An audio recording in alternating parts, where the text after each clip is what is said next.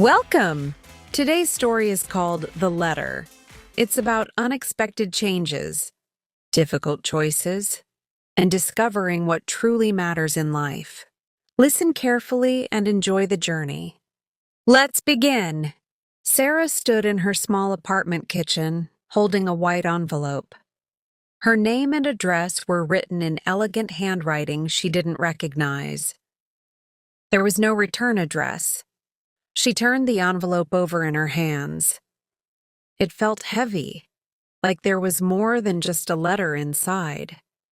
Sarah sat down at her kitchen table and carefully opened it. Inside was a single piece of cream-colored paper and an old photograph. Sarah picked up the photograph first. It showed two young women standing in front of a beautiful house surrounded by flowers. They were smiling, their arms around each other. One of the women looked familiar, but Sarah couldn't quite place her. Sarah unfolded the letter and began to read. Dear Sarah, you don't know me, but I knew your grandmother very well. My name is Margaret Chen, your grandmother Elizabeth, and I were best friends for over 60 years. We lost touch 5 years ago when I moved to Australia to be near my daughter. Last month I learned that Elizabeth passed away. I'm so deeply sorry I couldn't say goodbye. Elizabeth left something for you with me many years ago. She made me promise to give it to you when the time was right. I believe that time is now. Inside this envelope you'll find a key. It opens a small cottage that Elizabeth owned in a village called Millbrook, about 2 hours from where you live. She wanted you to have it. Elizabeth talked about you often. She was so proud of you, Sarah. She knew you worked very hard in the city, but she worried that you were forgetting to live. She hoped this cottage might remind you of what's truly important. The address is Rosewood Cottage, 47 Meadow Lane, Millbrook. The cottage has been maintained and is ready for you whenever you're ready for it. With warm regards, Margaret Chen. Sarah read the letter 3 times. A cottage? She hadn't even known her grandmother owned a cottage. Sarah barely remembered Millbrook. She had visited once as a child, but that was more than 20 years ago. Sarah looked at the photograph again. Now she recognized the younger woman. It was her grandmother, probably in her 30s, standing next to who must be Margaret. They looked so happy and free. Sarah's phone rang, breaking her thoughts. It was her boss. Sarah, where are you? The client meeting started 10 minutes ago. Sarah looked at the clock. She had completely forgotten. I'm so sorry, I'll be there in 20 minutes. 20 minutes? Sarah, this is unacceptable. This client is very important. You need to get your priorities straight. The call ended. Sarah sat in silence, the letter still in her hand. Get her priorities straight. What were her priorities? She worked 12 hours a day, 6 days a week. She barely saw her friends. She couldn't remember the last time she did something just because it made her happy. Sarah looked at the letter again. She worried that you were forgetting to live. Was she forgetting to live? Or had she forgotten already? That evening, Sarah couldn't stop thinking about the cottage. She searched for Millbrook online. It was a small village with beautiful countryside, far from the noise and stress of the city. The pictures showed green hills, quiet streets, and friendly-looking cafes. On impulse, Sarah opened her calendar. She hadn't taken a vacation in 2 years. She had over 30 days of unused vacation time. Sarah made a decision. She would go to Millbrook this weekend, just to see the cottage, just to understand what her grandmother had wanted for her. Friday afternoon, Sarah left work early. She packed a small bag, got in her car, and drove toward Millbrook. As she left the city behind, she felt something she hadn't felt in years, excitement mixed with peace. The drive took exactly 2 hours. As Sarah entered Millbrook, she slowed down to look around. The village was even more beautiful than the photos. Old stone buildings lined the main street. Flowers grew in window boxes. People walked slowly, stopping to chat with neighbors. Sarah followed the GPS to Meadow Lane. It was a quiet street with only a few houses, each surrounded by gardens. Number 47 was at the end of the lane. Sarah stopped the car and stared. Rosewood Cottage was beautiful. It was a small, stone house with a red door, surrounded by a wild but charming garden. Roses climbed up one side of the house. That must be why it was called Rosewood Cottage. Sarah took the key from her bag and walked to the front door. Her hand shook slightly as she put the key in the lock. It turned smoothly. The door opened and Sarah stepped inside. The cottage was small but perfect. The main room had a fireplace, comfortable, looking furniture, and large windows that let in golden afternoon light. There was a small kitchen, a cozy bedroom, and a bathroom with an old-fashioned bathtub. But what caught Sarah's attention was the desk by the window. On it was another envelope with her name on it. This time she recognized the handwriting. It was her grandmother's. Sarah sat down and opened the letter. "My dearest Sarah, if you're reading this, it means Margaret kept her promise and you found my little cottage. I'm so glad. Sarah, I bought this cottage 40 years ago when I felt lost and tired. Your grandfather had just died, and I didn't know who I was anymore without him. I came here to think, to remember who I was before I became someone's wife, someone's mother, someone's employee. This cottage saved me. Here I learned to paint. I made friends. I started a small garden. I remembered that life is not just about working and surviving. It's about moments of beauty, connection, and peace. I know you work very hard, my dear.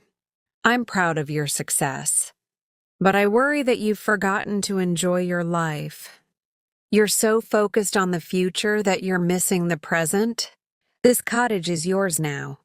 Use it however you wish. Come here when you need to breathe. Come here when you need to remember what matters. Or if you choose, make it your home. The village needs a good marketing consultant. Mrs. Davies at the bakery mentioned that just last week.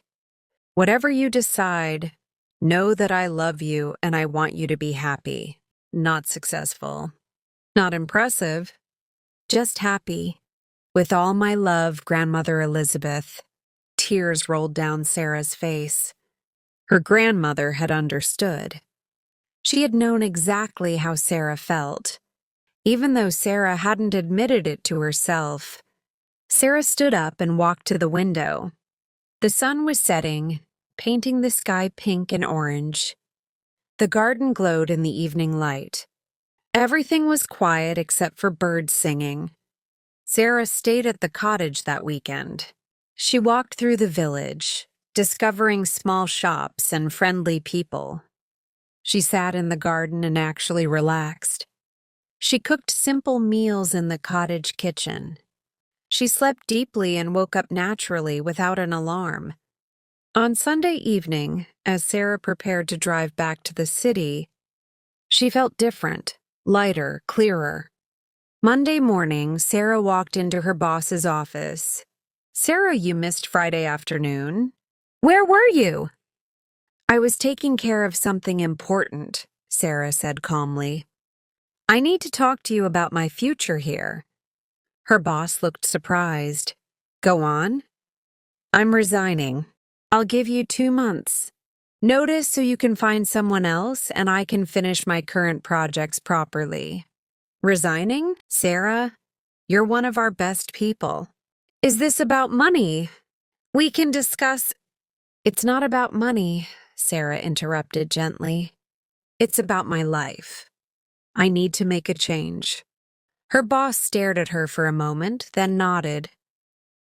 I can't say I'm not disappointed, but I respect your honesty. Where will you go? Millbrook. It's a small village a couple of hours from here. My grandmother left me a cottage there. What will you do? Sarah smiled. I'm not entirely sure yet, but I'll figure it out. The next 2 months passed quickly. Sarah worked hard to finish her projects and train her replacement. She also prepared for her move. She sold most of her furniture. She packed only what she truly needed and loved. She visited Millbrook several times, getting to know the village better.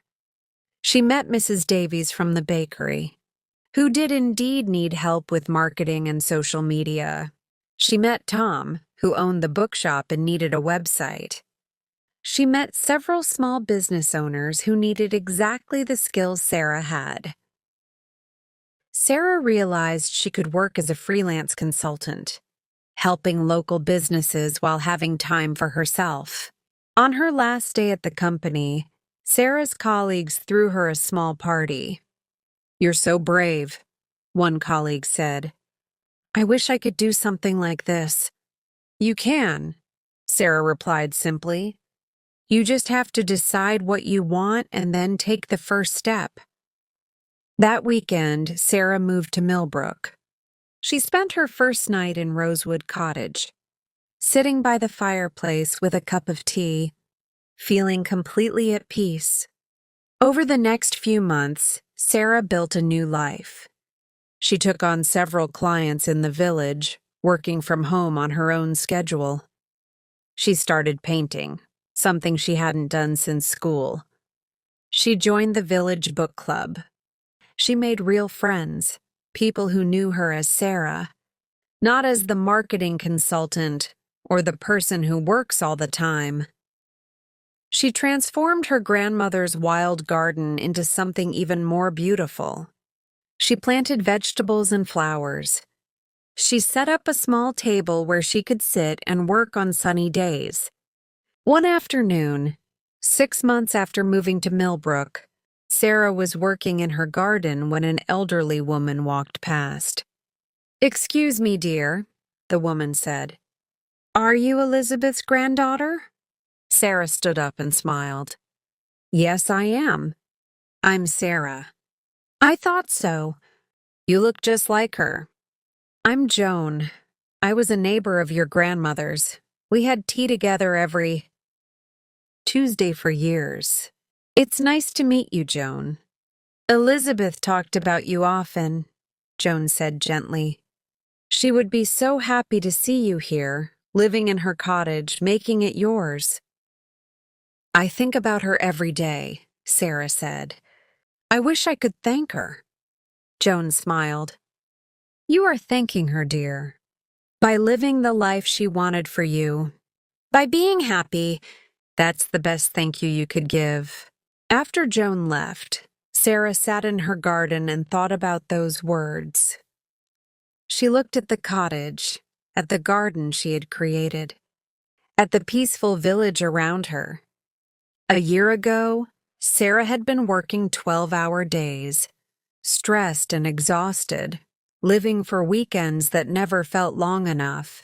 She had been successful but empty. Now she worked on projects she cared about. She had time for hobbies and friends. She woke up each morning feeling grateful for the day ahead. She was genuinely happy. Sarah thought about the letter that had started everything. The mysterious envelope from Margaret Chen. That letter had been more than just information about a cottage. It had been an invitation to change, an invitation to choose happiness over success, an invitation to really live. Sarah had accepted that invitation. That evening, Sarah sat at her grandmother's old desk and wrote a letter of her own. Dear Margaret, thank you for keeping your promise to my grandmother, and for sending me the letter about Rosewood Cottage. You gave me the greatest gift. You gave me back my life. I'm living in the cottage now, and I'm happy. Really, truly happy. I think grandmother would be pleased. I hope you're well in Australia. If you ever visit England again, please come to Millbrook. I'd love to meet you in person and hear stories about grandmother. With deep gratitude, Sarah. Sarah sealed the letter and addressed it to Margaret Chen in Australia. She would mail it tomorrow. For now, she made herself dinner, lit the fireplace, and sat in the comfortable chair with a book she'd been wanting to read for months. Outside, the sun set over the hills. Inside Rosewood Cottage, Sarah smiled. She had found what her grandmother wanted her to find, not just a cottage, but a way of living, a way of being present, a way of being happy.